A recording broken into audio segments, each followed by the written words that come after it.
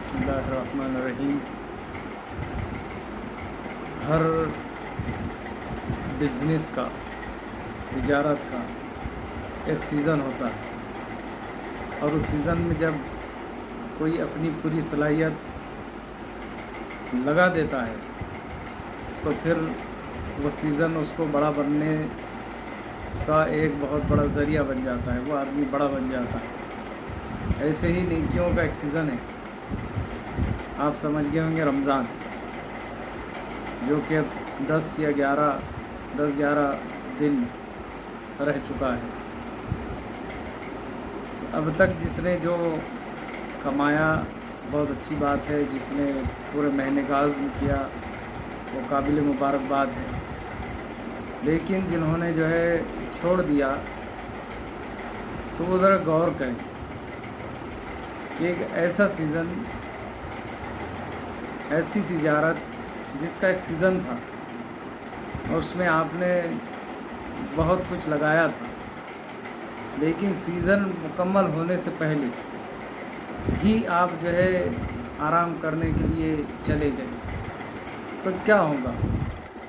ظاہر سی بات ہے آپ پیچھے رہ جائیں گے، آپ ان لوگوں کے مقام کو نہیں پہنچ سکیں گے جو اس سیزن کا پورا فائدہ اٹھا رہے ہیں، اور اس طرح سے آپ جو ہے پیچھے رہ جائیں گے، اور ایک طرح سے کوتاہی، لاپرواہی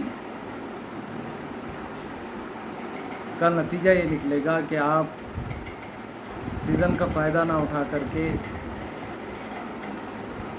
وہ پورا زور جو آپ نے لگانے کی کوشش کی تھی اس کا حق ادا نہیں ہوگا، نتیجے میں آپ اس مقام کو نہیں پہنچ سکیں۔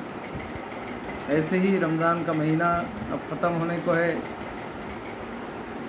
اور آپ اگر تھک کر کے بیٹھ جائیں تو یہ ہوگا کہ آپ اس مقام کو نہیں پہنچ سکتے جو پورے مہینے کے روزے رکھ رہا ہے۔ اور اس میں یہ ایسا نہیں ہے، سیزن کا بھی، تجارت کا بھی ہے کہ جو کمائے گا وہی کھائے گا، میں کماؤں گا آپ کھائیں گے، ایسا نہیں ہے۔ اسی لیے رمضان کا روزے بھی مجھے میرے رکھنا ہے، آپ کو آپ کے رکھنا ہے۔ اگر میں نہیں رکھتا ہوں تو پھر کب رکھوں گا؟ کیونکہ رکھنا تو ہے، یہ اللہ کا حکم ہے، ہم اللہ کو مانتے ہیں، اللہ سے محبت رکھتے ہیں، اللہ سے ڈرتے ہیں، اللہ سے امیدیں رکھتے ہیں، تو پھر ہمیں چاہیے کہ رکھیں۔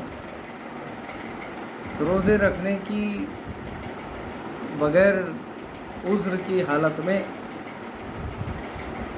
تو روزے نہیں رکھنے کی کوئی وجہ نہیں ہے۔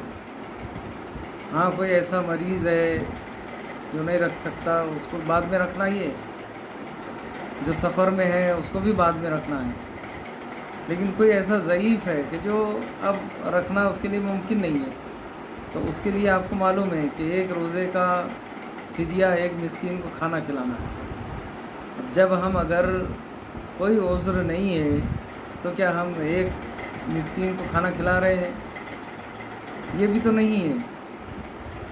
تو بہتر یہی ہے کہ ہم روزے رکھیں اور اللہ کے فرمانبردار، اس کے مطیع اور اس کے بندے جو ہے بنے اور اس کا اظہار کریں۔